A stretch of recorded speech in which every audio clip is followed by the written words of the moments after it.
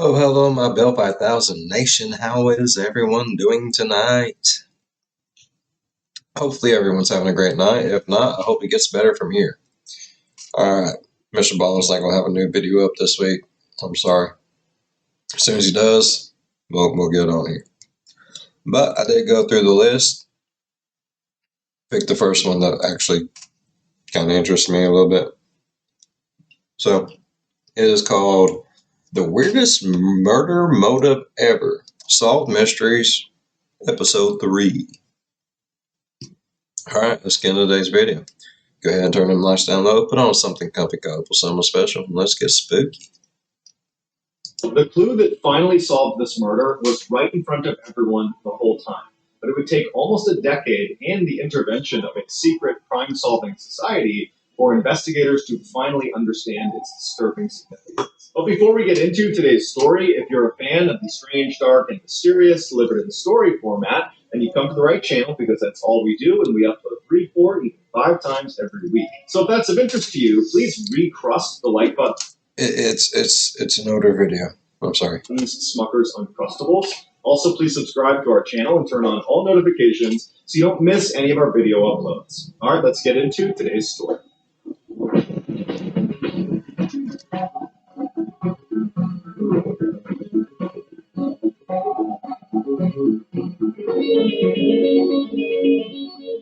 When classes began at Drexel University in Philadelphia on the morning of November 30th, 1984, students walking into Randall Hall made a gruesome discovery. Crumpled at the bottom of an outdoor stairwell underneath a gray jacket was the body of a young woman. She had cuts and bruising all over her face, and she had a deep purple line that went all around her neck where she had been strangled to death.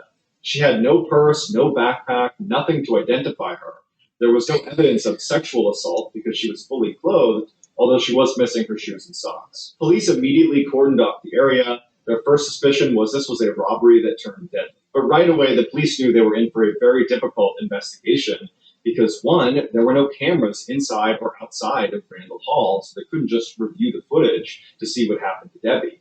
And two, there was a virtually unlimited number of suspects because Drexel University was not an isolated campus. Its buildings were integrated into West Philadelphia, and Randall Hall itself was located right along a known cut-through that residents that lived in and around Drexel would use almost every single day. And it was clear this young woman had not been killed in this stairwell. She had been killed elsewhere and then dragged a great distance, losing her shoes in the process before being dumped at this spot. But just a couple of hours after the body was discovered, the police received a lucky break when a young man who was combative and frantic rushed the closed-off crime scene and demanded he be let through because he said he knew the identity of the dead girl. The police were immediately suspicious because they didn't even know who this dead girl was. So they pulled the young man aside and they interviewed him, and he tells police his name is Kurt Rayner, he's a student at Drexel University, and he believes the girl they had found, the dead girl, was his girlfriend, 20-year-old Debbie Wilson, who was also a student. And then he proceeded to give police a very long and complicated explanation of how he figured out the girl inside was his girlfriend. He said the night before he was with Debbie in Randall Hall in the computer lab in the basement. He said Debbie had a big project that was due the next day and that he had offered to just keep her company while she worked. But by about 1:30 in the morning, Debbie still had a lot of work to do, and Kurt said he was just really tired and didn't know if he could stay awake any longer. And so he asked Debbie if it would be okay if he took off early. Debbie said it was totally fine. She was used to working late at this computer lab. And Kurt, even though he wanted to stick around and walk her safely to her car when she was done, he felt like she was okay, and so he took off on his own. On his walk back to the dorm, Kurt said he passed by a campus security guard, and he actually asked him if he wouldn't mind checking on his girlfriend in the computer lab because she was all alone and it was late, and the security guard said, "No problem, I'll make sure she's okay." The next morning, when Kurt woke up, he heard rumors from other students on campus about a woman's body being found just outside of Randall Hall, and that apparently it looked like murder. Kurt said he didn't think much of it at first, but that day when he went into campus to meet up with Debbie, he saw her car still parked in the computer lab parking lot, looking like it had never left. And then when he got to the meeting site, Debbie never showed. And he said it was at that point that he realized the dead woman in Randall Hall must be Debbie. And he wasn't wrong. It was Debbie. But the police were not buying his story. He was the last person to see Debbie alive.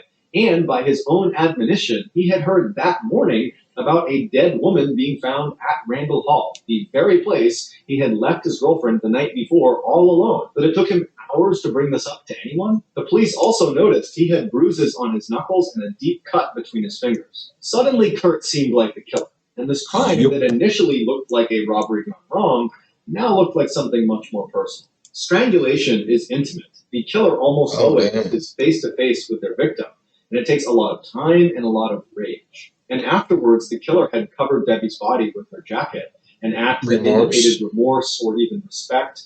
And investigators know that generally when a woman is murdered, her romantic partner is the culprit. Instead of tipping off Kurt that they were looking at him as the primary suspect, they told him to go back to his dorm room and they would be in touch with him as the investigation developed. In the meantime, investigators turned their attention to the computer lab in Randall Hall, where Kurt said Debbie had been last. Debbie had logged into a computer at the front of the lab, but had not logged out. Her computer cursor was left blinking mid-sentence at 1:38 a.m., leading investigators to believe she was interrupted by her attacker inside of the lab.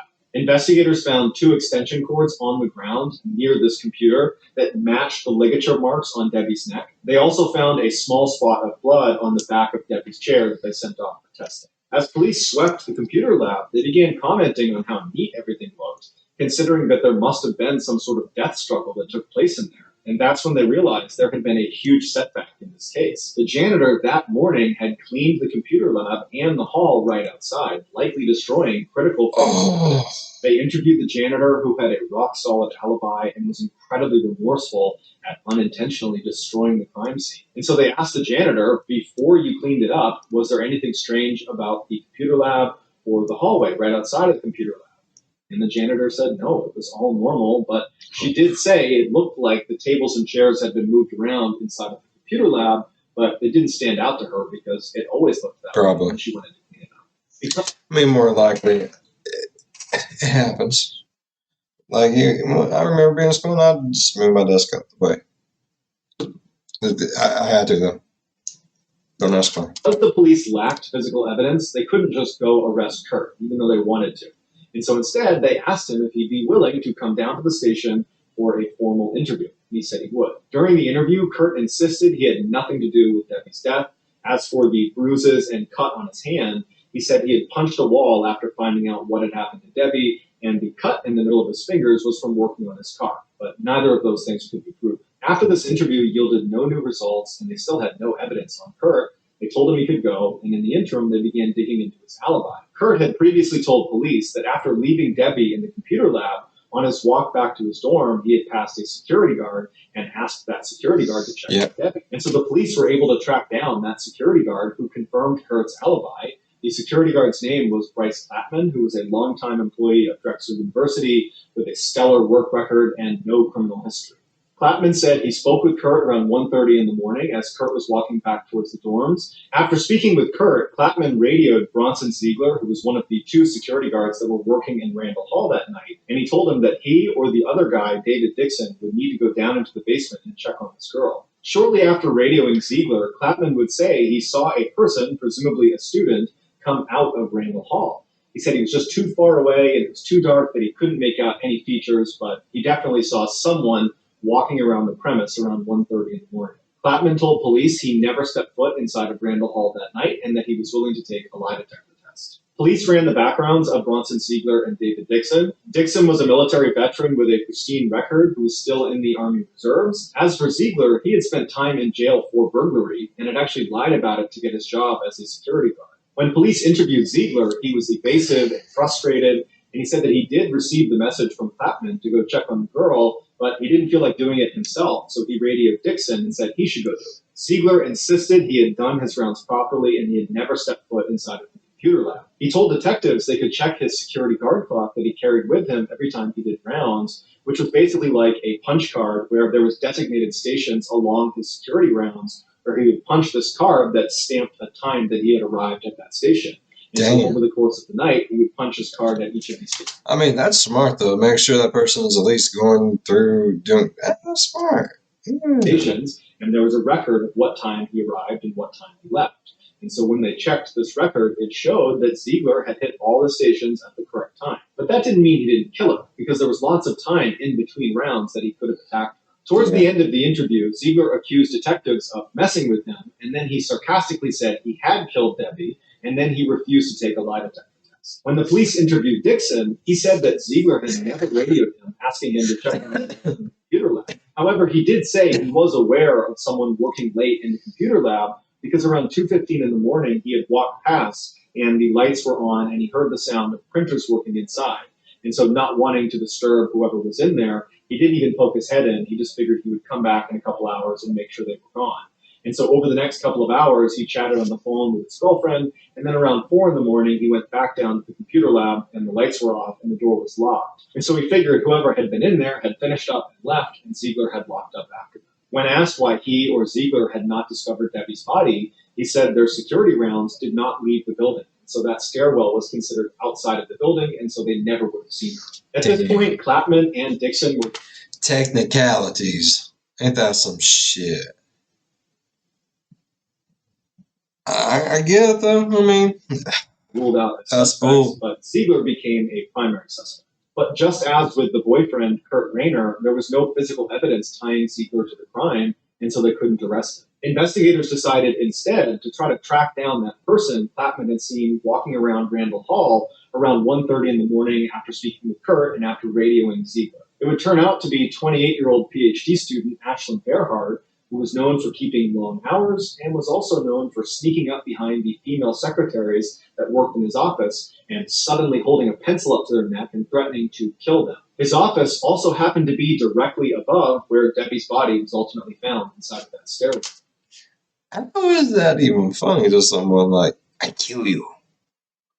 I would turn around and punch him in his fucking throat. No, you can't do that. When interviewed by police, Ashlyn said he had been in Randall Hall the night Debbie had been killed, but didn't know Debbie, had no interaction with her, and didn't leave his office the whole night. He quickly agreed to take a lie detector test, but he failed it. Scrambling to explain it, he named 2 other students that were in the office with him that could be his alibi. But when police spoke to these 2 other students, they said, no, Ashlyn was not in the office the whole time. He left around 1 in the morning and was gone for about 3 hours. He said he was going to... Why would he use people that wasn't going to agree with him? Stupid. Take a nap. When the police approached Ashlyn with this information, he said, oh, you know what? I forgot to tell you about my nap. Yes, I left for a few hours. I stepped outside for a breath of fresh air, went back inside, and slept in one of the study hall rooms. But besides that, I was inside of that building for a full 24 hours, and I never saw Debbie. I had no interaction with her. It's just coincidence that my nap coincided with when she was killed. But detectives were not buying it. They believed wholeheartedly that now... They believe wholeheartedly now that this person did it after the other people didn't do it.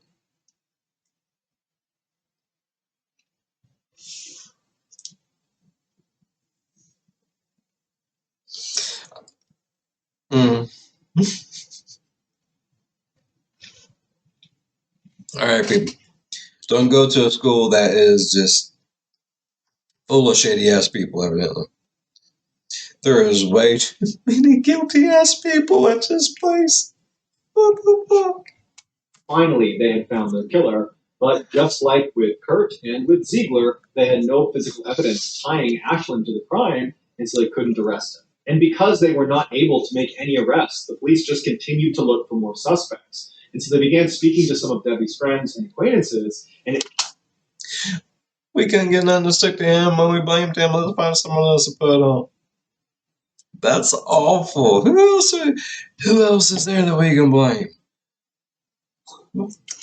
Came out that Debbie actually had a stalker. It was another student named Alan Smith, who had previously been one of Debbie's very close friends, but at some... I mean, guilty ass looking motherfuckers go to this school. Good God.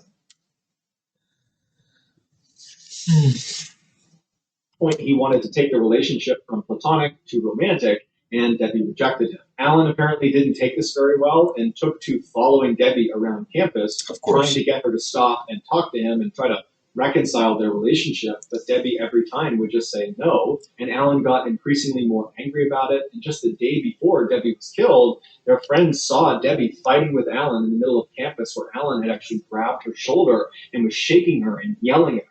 Police tracked down Allen, and he was cooperative and said he did not kill Debbie, but he didn't have an alibi. He just said he was alone in his apartment on the night that Debbie was killed. And so, like all the other primary suspects in this case, there was no physical evidence tying Allen to the crime, and so they couldn't make an arrest. Around this time, the lab that tested the blood spatter that was on Debbie's chair inside of the computer lab came back with their results. DNA profiling was not available back then, so all they could provide was blood type. The blood type that came back from that little spot was type A, and Debbie's blood was type O, meaning this blood spot likely belonged to Debbie's killer, who during their struggle must have gotten wounded and then bled on the chair. And so right away, the police got Kurt Rayner, Bronson Ziegler, Ashlyn Bearhard, and Alan Smith to all come in and provide a blood sample, and they figured if any one of them was type A, that they probably were the killer. But unbelievably, when their test results came back in, none of them were type A. It was a crushing blow to the investigation. The first few days after Debbie's killing seemed so full.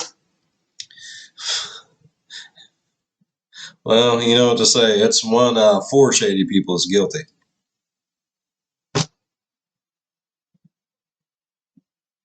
They only had 3. They need 1 more. Full of promising leads, but now with this blood bank development, investigators had no suspects. Bad joke. I'm sorry. And all of a sudden, the Drexel community was starting to panic. Students were outraged at the light security and wondered why these security guards were not allowed to carry weapons. The administration put up a $10,000 reward for any information about who could have done this. And the president of the university told students to use the buddy system and never be alone on campus because he believed Don't you love that? Use the buddy system, people. And the killer's thinking, 2 for the price of 1. Yay. Like, let's do herd mentality. No, let's not do buddy system. As everybody's buddy's like 6'8", 320 pounds, forearms like a freaking tree trunk. Then do buddy system. Killer was one of us. No one could understand why anyone would want to target Debbie in the first place. She seemed like such a wonderful person that was nice to everyone. She had modeled in high school. Okay. I have watched many of Mr. Ballen's videos. I'm going to go ahead and say it. Nobody needs a reason ever to kill anybody because they just do it. You think there should be a reason? It's like, oh, why was you like eating oil out of someone's garage, beating them to death, and like biting their face off like a dog?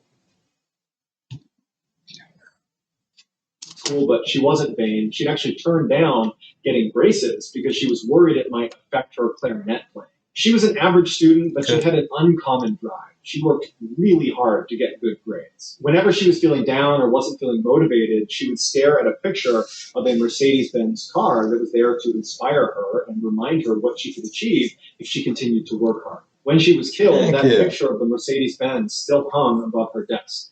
It was ultimately her work ethic that put her in danger because she was prepared to stay at that computer lab as long as it took to make sure her project was perfect. The few pieces of physical evidence the police had didn't fit together. The crime wasn't really a robbery. While she was missing her shoes and socks, her backpack had turned up at the campus lost and found about a week later, and no one knows how it got there or who put it there. Inside, it appeared all of her belongings were still there. Also, when she was discovered, she was still wearing her expensive watch. Her murder looked personal, but the police could not prove that someone who actually knew her was the one who killed her. Police considered a few other suspects, but like all the others, there wasn't enough evidence to make any arrests, and so eventually Debbie's case went cold. In 1985, the Philadelphia Inquirer ran a story about unsolved cases that most haunted detectives, and Debbie's was one of them. Some of the detectives that were involved in the case said they believed this was a random killing and that the killer would most likely strike again. Debbie's case eventually...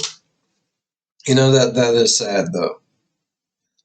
You heard what he said. There was a cold case until someone did a story on it. Not just that one. I mean, there was other stories with it.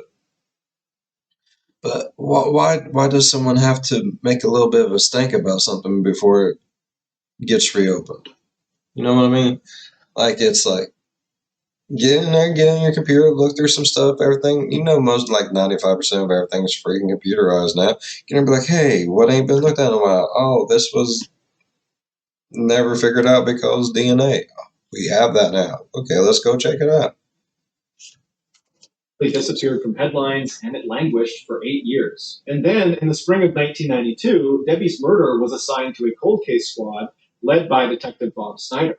And desperate to crack the case, Snyder threw a Hail Mary. He took the case to the VDOC Society, which is a private and highly selective club of geniuses from all walks of criminology. Homicide detectives, prosecutors, defense attorneys, FBI agents, forensic scientists, even an aeronautic physicist. They came from all over the world for these monthly closed-door sessions where they would talk about these unsolvable cases and try to solve them. So in one of their monthly closed-door sessions,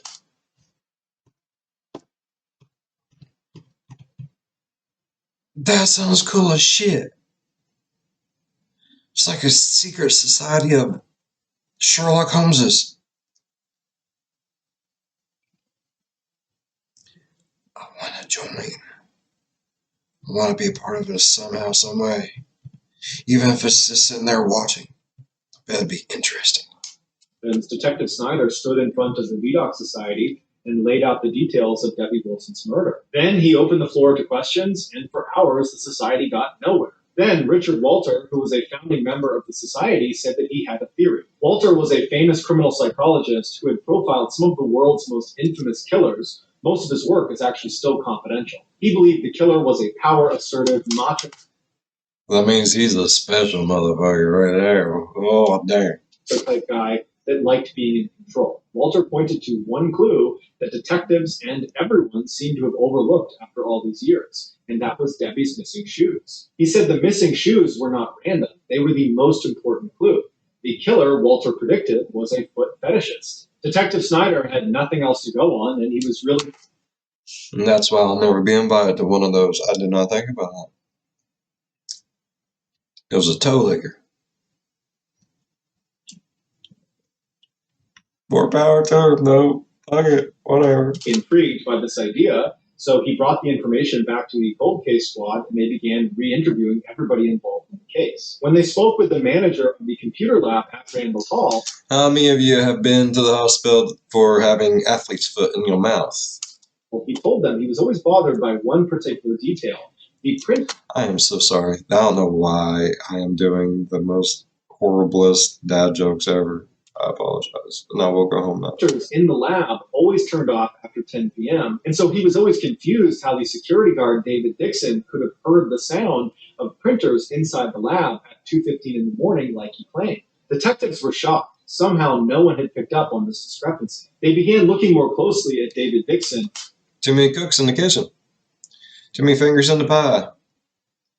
It got too big too fast. There's too many cops and detectives and everything else trying to jump on this to figure it out. There was just way too many cooks in the kitchen at that point. Guarantee it. Guarantee it. Who had been ruled out as a suspect and was viewed by and large as this pristine military veteran with no criminal history. And they dug all the way to the back of his military file where they discovered in 1979, the first year he was in the service, he had gotten in trouble for stealing another soldier's white Reebok sneakers, the exact type of shoe that Debbie was known to wear. Police began interviewing Dixon's former and current neighbors, and at least 4 women reported having a break-in when Dixon was living next to them, and the only thing missing was their white sneakers and dirty socks, although none of these women actually ever found out who was responsible.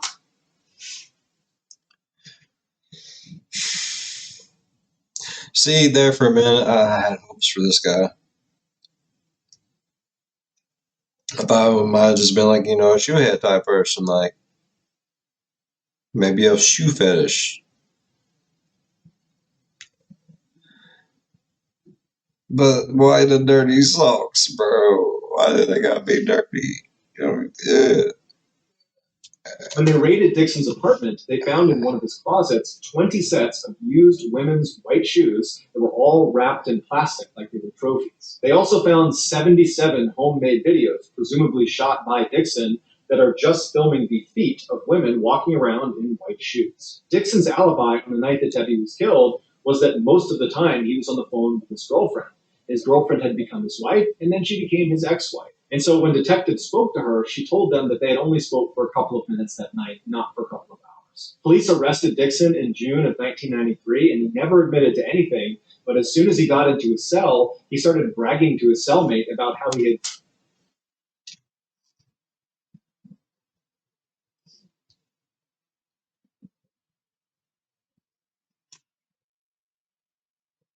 He looks shifty. Looks like he's looking at you and looking away at the same time. I don't trust his face. And the sad thing is the one person they just did not expect. It was like the one shady person, the one not shady person. I'm sorry, the one not shady person. Killed Debbie because he wanted to have his way with her feet, and his cellmate immediately told him. Dixon was ultimately found guilty of killing Debbie Wilson, and he was sentenced to life in prison. So that's going to do it, guys. If you found the secret into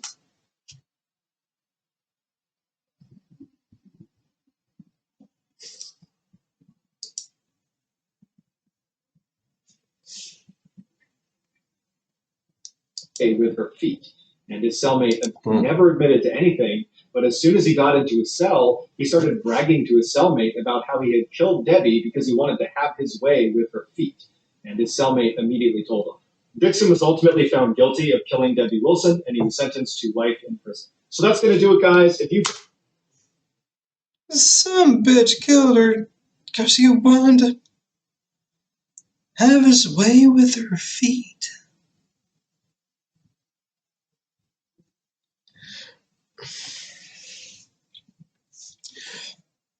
Okay, this one I thought I've heard about every ways. I've heard a shit ton of reasons on why people have been killed by other people.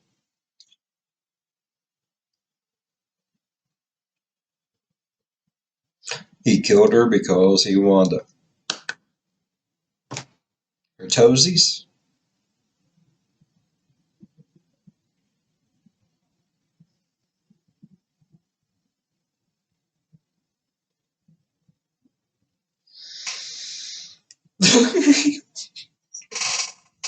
What's wrong?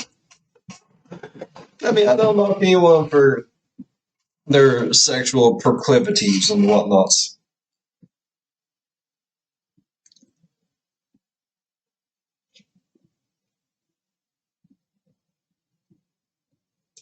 I don't think you should kill someone for them to step on your peen.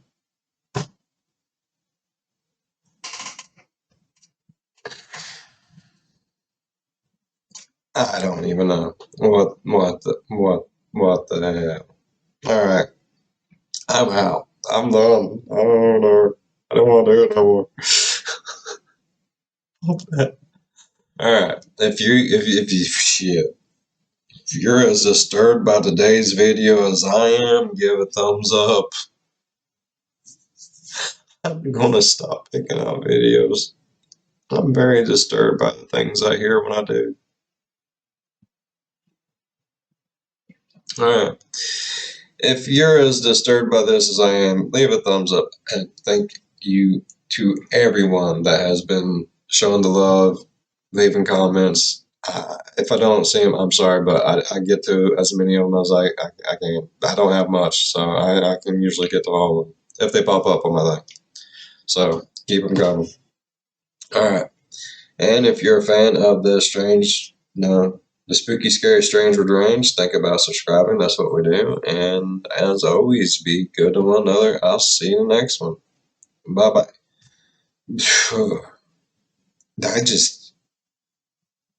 I'm gonna murder you so I can suck your toes.